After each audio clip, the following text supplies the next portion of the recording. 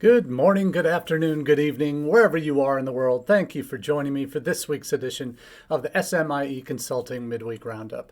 I'm your host, Marty Bennett, and today on the Roundup, Wednesday, April 19th, 2023, we're going to be answering 3 questions we've been hearing from international educators over the last 7 days. And as we do each week on the Roundup, we take the questions we answer here on Wednesdays from our newsletter called All the SMIE News Fit to Share that comes out on Monday morning, 9 a.m. Eastern, if you subscribe through our website. I'll drop the links to the website, the email edition of the newsletter, and also the LinkedIn version of the newsletter that you can subscribe to either way, whichever way you prefer to get your international edification news each week.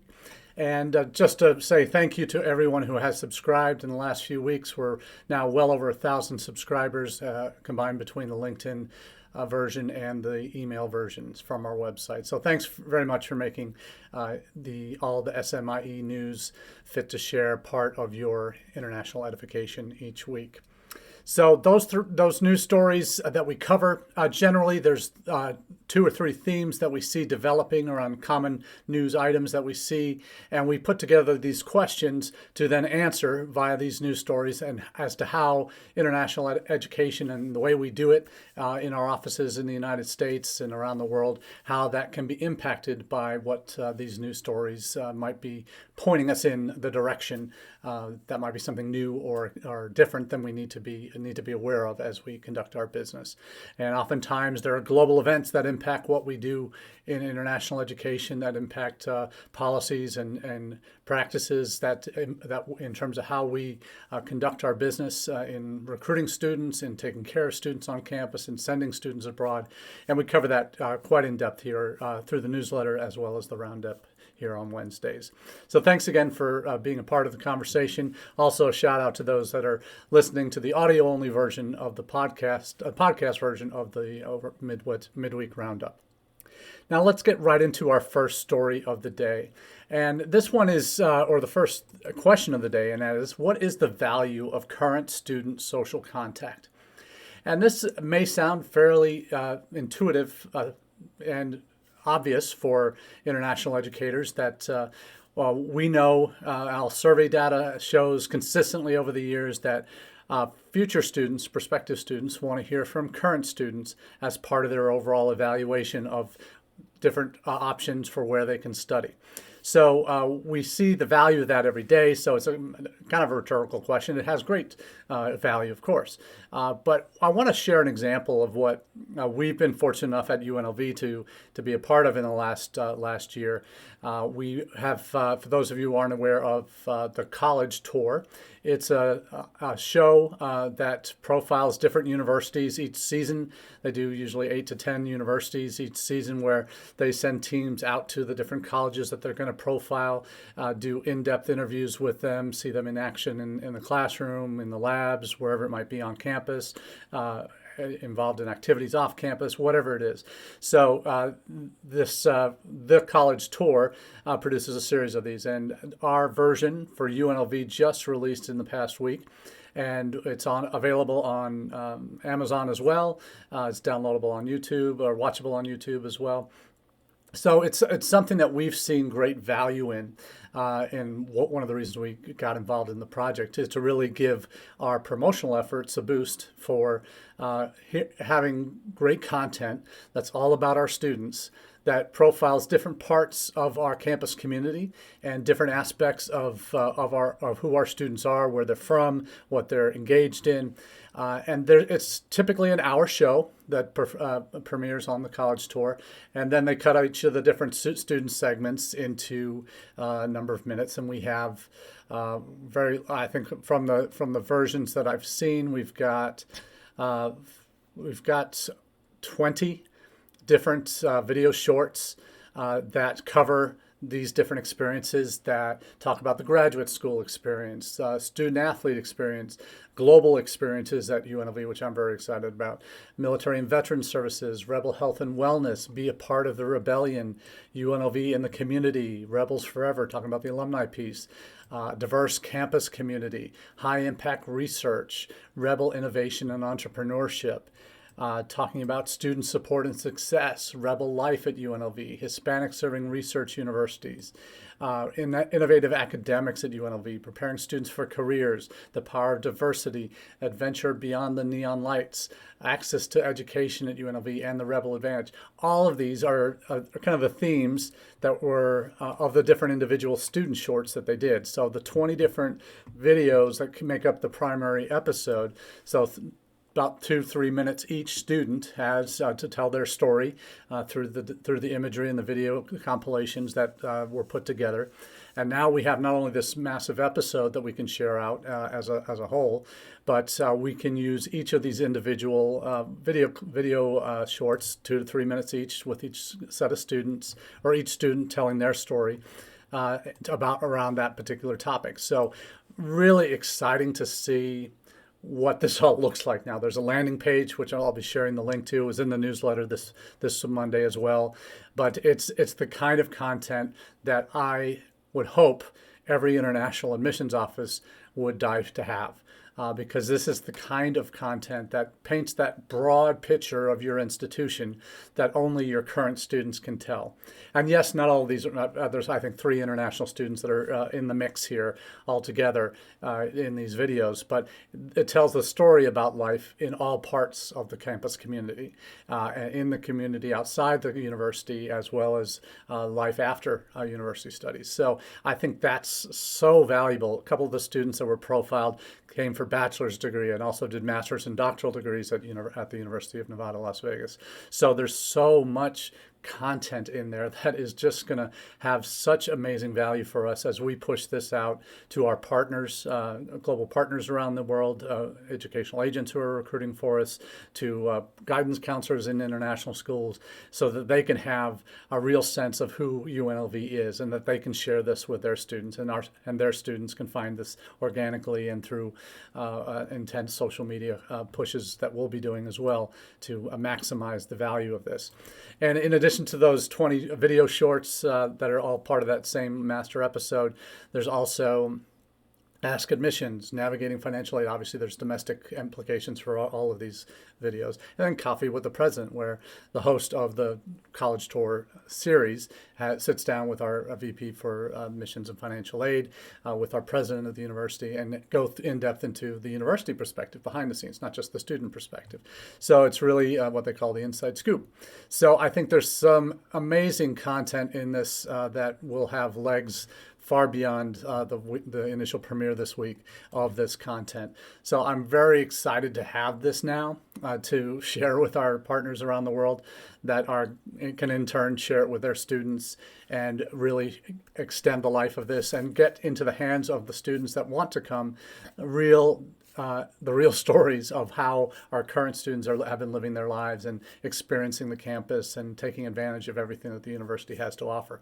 So I would encourage each of you to put this together as an institution. Took a vast amount of time and effort over the course of several months in terms of going through an application process for the students that were going to be a part of these interviews, to create the opportunities for these short video clips that are go up into each student's little mini story, having that all planned out. So huge logistical operation to get this underway. And is this achievable for every college and university? No, because a college tour can't do every college and university in the country. It's maybe if they're around 50 more years, they get to about 8 or 9 of these every year. So we'll see. But this is the kind of content that ideally you want to have that you can then maximize its use through your prospective student audiences. And each one of these videos speaks to a different point other than perhaps the outliers that are very, very much for specific groups like military and Hispanic research institutions, those types of things that are very, not niche, but certainly are not going to apply to every student applicant to the university, but they will have particular uses throughout the communication flow, showing about what all the different elements of our campus community. But each of these video clips there can be, for each student clip, there can be pieces of that we cut up and we have available for different Conflow messaging that we have going out throughout the year, that we have as part of our regular social messaging, social content that we put out throughout the recruitment cycle. So all of this is just such amazing content to create. I remember when one of the first things we did when I started at Education USA back in 2008, when we launched late 2008, we launched the first social channels for Education USA in early 2009 on YouTube, on Facebook, on Twitter, and then built our presence up from there and our content. One of the first things I said we needed to do is we need to get some student interviews done where we would go to campuses. So we went to 3 area local campuses, to American University, to Georgetown, to George Mason, and actually four colleges, also Northern Virginia Community College. And we did sets of student interviews on each campus with about 4 to 6 students on each site. And we compiled those into video shorts, into a master version that we cut up for promotional purposes for the Education USA website. We created playlists on our YouTube channel for these particular videos that highlighted different elements about the college search, about why they chose particular institutions, talking about their current student experiences, all of the pieces of the puzzle that you want to have as the kind of straight from the horse's mouth documented stories of why students choose to study where they do. And that's what everybody wants to have, and everybody should have, if you're going to have a real comprehensive and on-point messaging for your prospective students that can answer the kinds of questions. And there's content in here that prospective students would love, that parents will love, that future donors to the university will love, that we have this content now that we can repurpose and reuse for many months, hopefully years to come, where this kind of thing can be replicated, where we can do where are they now pieces on some of these students in 4 or 5 years to see how they're doing as successful alumni at the university. There's a couple that are already in there that are portrayed as alumni or recent grads. So this is everything in terms of how I know our admissions folks, particularly the undergrad side, but also on the grad side, are really excited about the possibilities for what this content is going to allow us to do and allow us to provide prospective student audiences a much broader view of the campus community that can hopefully speak to everybody who might be interested in UNLV, to find that touch point in one of these videos that speaks to them and is like, oh yes, that's me. I want to have that life. I want to do what this student has done. That's the kind of thing every college or university admission office should hope that they have someday, to work with future students, future students' parents, to convince them about whether or not our institution is going to be right for them. Because as much as we say we know what we're doing and we're experts in our field, part of being an expert is knowing what works. And knowing what works with your prospective student audiences is knowing that you're not the best way to get your message across. Yes, you can show you know everything about your institution, but what's going to convince an 18-year-old about whether your university is the right one for them, whether it's going to be the right, what we always talk about, the fit, the feel of our institutions. It's not right for everybody, but are you the right person to tell them that? Or is a current student who's living their life that might be from their background, in their major, that they want to do, are they the best examples of who should be telling the story? And the obvious answer is yes. Those people are. The current students are. Our recent grads are.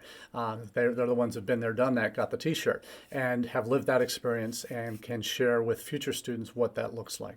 So really excited about this college tour content that we're going to be able to use to reach out to our overseas students and share with them through our agents, through our communication flows with those students about why UNLV is such an amazing place to study and to build a foundation on which a successful career and life can be built. That's what we're really excited about. And so the value of what that content really means is it is everything. And it should be for everybody who's involved with international ed. So we'll talk more about this in the weeks and months to come, I'm sure, as other kinds of content comes out. I see profiled. I highlight those kind of best cases out there, kind of best in show kind of products that can help attract prospective students to your institution. We share that out for you. And I know not everybody's going to be able to do the college tour, but it's a great model to follow and to pick out elements from what they do at each campus and say, okay, this is something, not just a virtual or a college tour video that you can have. Everybody does those, but to have the kind of student profiles and what those profiles say about the different aspects of your student experience on campus. That's ideally what you want to have, and have a sampling of those that you can have these short 2 to 3 minute videos of each student, and from within each of those you can break those down and to share compilations on different aspects of campus life from a number of different student perspectives. So such amazing content that we're now going to have available to you, and I hope everyone else can get to that point where they can at least have some of that available for use in their student recruitment efforts. Now, onto a very different question that we talk about each week. Not each week, but it comes up quite often because whether we like it or not, China is one of the top 2 sources of international students in the United States, had been number 1 for many years, and by this fall will have slipped back to number 2. But it is by far and away the number between it and third place is a huge chasm, and they'll never be breached by any other country. India and China are going to continue to be the 2 biggest drivers. India will overtake China this fall, but China will still remain a significant player in international education circles in the United States, in terms of our campuses, in terms of our faculty, in terms of our hopefully study abroad again as those programs begin to kick back in this fall and this summer and fall. Some have already gone in the spring. Had been very expensive, but some are starting to go back. So the question is, will there be a positive change in U.S.-China relations? And to answer this question, it's always good to take kind of a scanning of the field and find out where some of the pain points really are. And there's no surprises here that research, faculty research, particularly highlighted by the Trump initiative or the China initiative during the Trump administration that targeted Chinese faculty coming to the U.S. With nefarious intent, according to the government at that point, with the China initiative suspecting faculty of coming on behalf of the Chinese Communist Party and with the intent to steal technology, intellectual property, all of that. And that was the main reason for the China initiative, to clamp down on that. You had the FBI director Christopher Wray saying that that's one of the most significant areas of concern that the Bureau has, Federal Bureau of Investigation had in the United States in terms of internal challenges to government authority, was the influence of potential theft of intellectual property and technology back to China. We've seen that be an issue. We've seen visas be an issue. We've seen the impact, as we talked about in the newsletter this week, about gun violence. All of those things have particularly been impacting Asian Americans, and racism came out as a result of the pandemic, blaming China, blaming anyone who's Asian as responsible for the pandemic. So these are the things that we've seen. We've seen visa issuance to students during the Trump years. We saw that those that were connected to institutions in China that were part of what they call in China the civil-military fusion strategy, where there's military connections with universities in China that have what the U.S. government at the time considered pipelines for talent coming to the U.S. with the intent of becoming agents for China in the United States, potentially stealing technology, all of that. So there's been a lot of different negatives that have happened over the past few years, and that No place is the friction felt more acutely than in the academy, the U.S. Academy, in research institutions. That what has really happened has been a breakdown in university exchanges that threatens, according to an FP article, talking about the breakdown in university exchanges threatens understanding and collaborative research. I was at AIEA in February in DC, and there was a talk specifically on this topic about Chinese research activity versus U.S. research activity, where those two where there's been collaborative efforts in the past and how they've dipped substantially as a result of the previous administration into bleeding over into the Biden administration. So there's been real challenges there. So whether there's a future here, some people see this as a kind of a decoupling period for the U.S. and China in terms of relationships between the research institutions in both countries. You've seen China, obviously, over the last decade or two, have been significantly ramping up their own research activities in terms of their Thousand Talents project, where they've been hiring Western faculty to be a part of helping build capacity, building reputations of different institutions in China. All of these have gotten on the radar of certainly U.S. and other Western leaders in terms of challenges to autonomy in the academy, to collaborative relationships between countries, universities, professors in different countries. And there's a lot of kind of unease, really, in the academy nowadays related to collaborative efforts with China. But I always go back to how international education in the past has always tended to be that which rises above. In terms of being in Congress, it used to be considered a white hat issue, that everyone was on board with what the value of international education was to the United States in terms of bringing students and scholars from abroad, experiencing our culture, our campuses, our universities, and returning home with that kind of hopefully positive experiences in the United States, and sharing that with spreading the good word about the United States back home.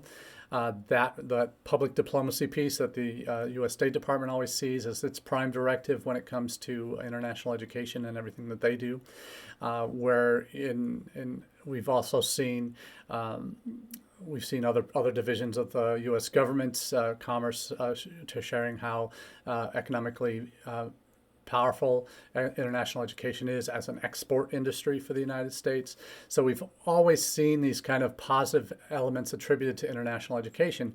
But even during the heights of the Cold War, U.S.-Soviet relations academically were fairly strong. And they survived a lot of external pressures with, no matter what was going on between their governments, the academia tended to be fairly engaged throughout that time. And that's broken down to some extent, to a large extent in the last 5 years, 5, 6, 7 years. So we see now, I think there's some hesitancy. We've seen in Cornell University, there was a proposed joint program with Peking University, one of the most prestigious institutions in China, that dual degree or a combined program there, there were concerns over the Cornell faculty overwhelmingly voted to oppose that partnership, citing concerns of academic freedom and transparency.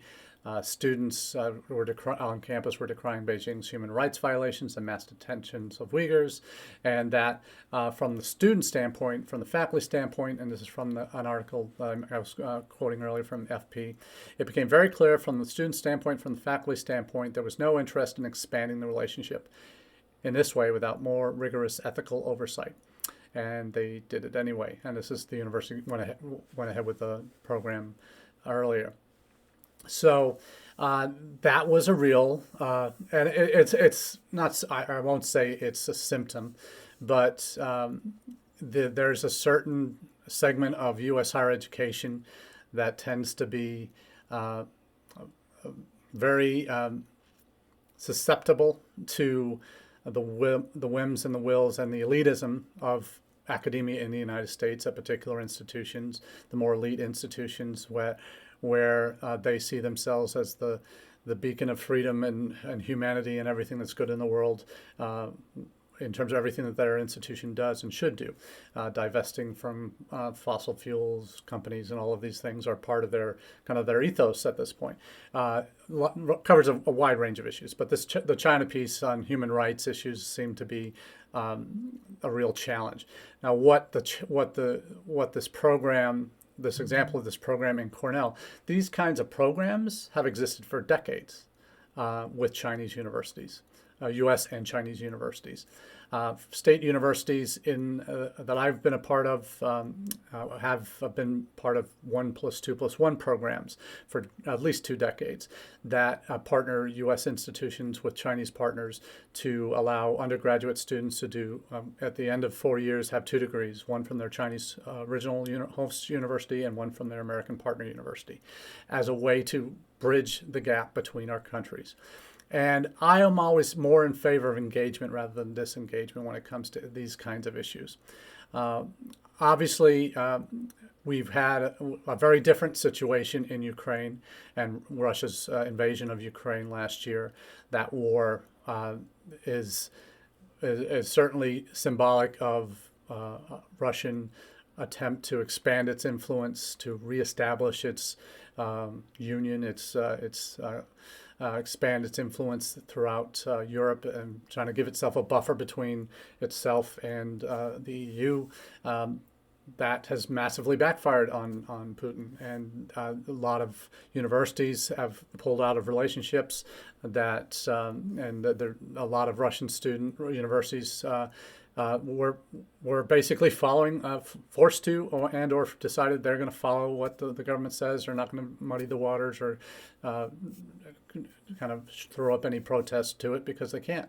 Because if they do, they're going to be arrested. So for academia in Russia, that's been a no-go, because it's under the thumb completely of Putin, and any dissent is not allowed. What I think we've lost in that is that partnerships that did exist, which were very much cut because of political influence, because of Russia's invasion of another country, and that the universities backing that invasion, even though there was no justification for it that the world would accept. That you see in the United States, this is maybe a symptom of the more divisive country we live in, the more divisive world we live in, where differences are no longer appreciated, and conversations about differences are even less valued in some environments. And you kind of see a bit of that happening in higher ed in the United States as well, as a microcosm of that. But I think this example here in Cornell certainly is of students and faculty saying, no, we're not going to engage because they're bad. That there's no value in us engaging, no value in having their students coming to us and getting our degree, even though they certainly could be very well qualified to do so. There's no value in having them come to our campus to experience the United States, our culture, our values, and see and be real advocates for the United States in the end, as the State Department has long talked about, to be our greatest champions when they go back home. As there are many students that I interacted with when I was part of these dual degree programs that would come from China, have such an amazing experience. A lot of them, after they finished their degrees, would come back and do graduate programs. Others stayed and got married, and now have families and are so glad that they made the decision to come. And how is that not a better outcome than not engaging at all? And I think there's a real undercurrent here about, and I'm sad to see it happening in academia in the U.S. at certain levels. I don't think we're at that level necessarily at UNLV, where we're disengaging in that regard. I think there's certain value in keeping those doors and avenues of conversation open, and there's more good in engaging rather than disengaging on these kind of important issues. So we have to be careful and protect ourselves in the process, but in the end, we definitely need to be looking out for the broader good. And this Cornell piece about the disconnect that's happening and being felt in the academy, certainly an article, a piece of this. There's Stuart Anderson in Forbes has talked about, if you remember, the China initiative and the fall over on the student visa side is students who are connected to the civil military fusion were still being denied visas. He writes about that still happening today. The numbers aren't huge, but they do have public opinion value for China, trying to show that the U.S. is its enemy because they're not accepting our students that are connected from certain universities. You've seen Karen Fisher do a very good article this past week in her in the Chronicle, and she also covered it in her newsletter, Latitudes, about asking the question, can U.S. research recover from the China initiative? There's a lot of concerns about that, about the oversight the government should have, about whether the China initiative, even though it's no longer a policy under the Biden administration, whether that's still lingering impacts of that are impacting research. There's certainly talk about that in February at AIEA. So we'll see where that goes. The last question of the day that I'll focus on very briefly is Australia's current migration system supporting international students. We've all heard the news that international students have been returning to Australia in droves this past January, February, March as their new academic year began. What we've heard is that the numbers are up. They're not quite up to pre-pandemic levels yet in terms of overall numbers, but the volume has been increasing and in positive directions. There is expectations that that growth will continue to get them back over pre-pandemic levels. But you see some stories popping up that tend to throw some shade onto what's take the shine off, I should say, what's being seen as a boom period for Australia and international education circles. You see stories from the Pie this past week about unequal employability opportunities for South Asian graduates. They talk about their South Asians in a qualitative study. I think there were only 20 students in the study, but it was specific to their experience at the end of their academic cycles, talking about their experiences with career fairs and applying for jobs. They talk about the frustrations in finding job openings, and when they go to career fairs, that so few of the jobs are available to them because companies won't hire internationals. That you see another story about the Australian migration system not fit for purpose, according to Universities Australia, because there aren't supports and encouragement in policy that encourages international students to stay and work in the country. But the reality is so many of them do want to come, and we've talked about in the past the two-step migrants that many of these South Asian students are planning to be.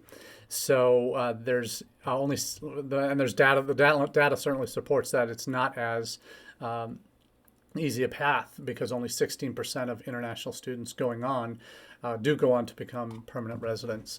And Australia does have a need for immigrants because they need more of these folks to remain in country after they graduate, to use their skills they've developed through the vocational and university systems there to help the country economically can sustain itself. You also see the housing shortages have been popping up, stories all over the globe, but particularly acute in Australia. There's one story, international students resorting to pitching tents in living rooms as rental shortage bites. And there's a picture of someone who's pitched a tent in a living room. Looks like the kitchen's right there. They've got some laundry, but they've got a tent. It's probably a 8x8 tent, if that. 2 suitcases on the outside with a deck chair. And that's what they are paying $300 a week, Australian dollars a week, to pitch a tent in someone else's living room. Unbelievable. I mean, it gives you a chuckle after a while, but you can't believe that this is actually happening. So there's a lot out there in the news that does suggest that there's some challenges in Australia, and as there are all countries, with managing their international students and providing the best quality services and programming and pathways to citizenship beyond their study and permanent residency. But that's what we have for you today on the Roundup. We appreciate you being a part of the conversation, and we look forward to chatting with you again soon. Have a great day. Cheers.